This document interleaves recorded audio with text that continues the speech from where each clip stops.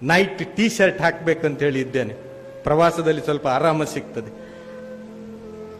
ಈ ಶರ್ಟಿನ ಬಟನ್ ನಾನೇ ಕೀಳ್ತೇನೋ ಅಥವಾ ಬೇರೆಯವರು ಕೀಳ್ತಾರೋ ನನಗೂ ಗ್ಯಾರಂಟಿ ಇಲ್ಲ, ನಿಮಗೂ ಗ್ಯಾರಂಟಿ ಇಲ್ಲ. ಇದು ಸತ್ಯ, ಈ ಲೋಕದ ಸತ್ಯ ಅದು. ಇವತ್ತು ಬೆಳಿಗ್ಗೆ ತಂಬಿಗೆಯಿಂದ ಸ್ನಾನ ಮಾಡಿದ್ದೇನೆ. ಇವತ್ತು ಬೆಳಿಗ್ಗೆ ನಾನು ಯಾವ ಸರ್ ನಿಮ್ಮ ಡಿಸ್ಟಿಕ್ ರಾಯಚೂರಿನಲ್ಲಿದ್ದೆ. ನಾಳೆ ಬೆಳಿಗ್ಗೆ ಬದುಕಿಳಿದ್ರೆ ಬೆಂಗಳೂರಿಗೆ ಹೋಗಿ ಸ್ನಾನ ಮಾಡಬೇಕು. ಆ ಸ್ನಾನ ನಾನೇ ಮಾಡ್ತೇನೋ ಅಥವಾ ಬೇರೆಯವರು ನನಗೆ ಮಾಡಿಸ್ತಾರೋ,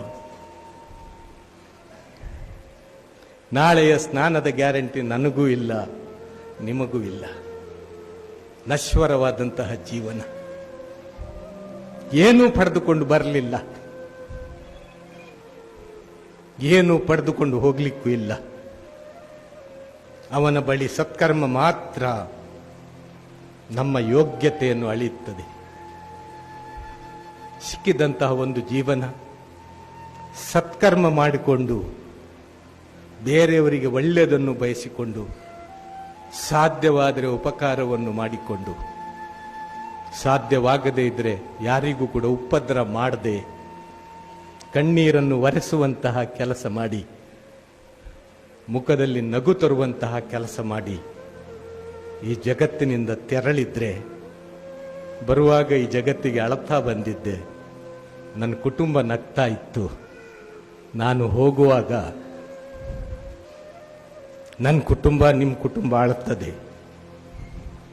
ಆವಾಗ ನನಗೆ ನಗಲಿಕ್ಕೆ ಸಾಧ್ಯ ಆಗಬೇಕು. ಅದು ಯಾವಾಗ ಆಗ್ತದೆ ಅಂದರೆ, ಸತ್ಕರ್ಮಗಳು ನನ್ನ ಪುಸ್ತಕದಲ್ಲಿ ನಾನು ಬರೆಯುವಂತಹ ಪ್ರಯತ್ನ ಮಾಡಿದರೆ ಅದು ಸಾಧ್ಯವಾಗ್ತದೆ, ಅದು ಸಾರ್ಥಕವಾಗ್ತದೆ.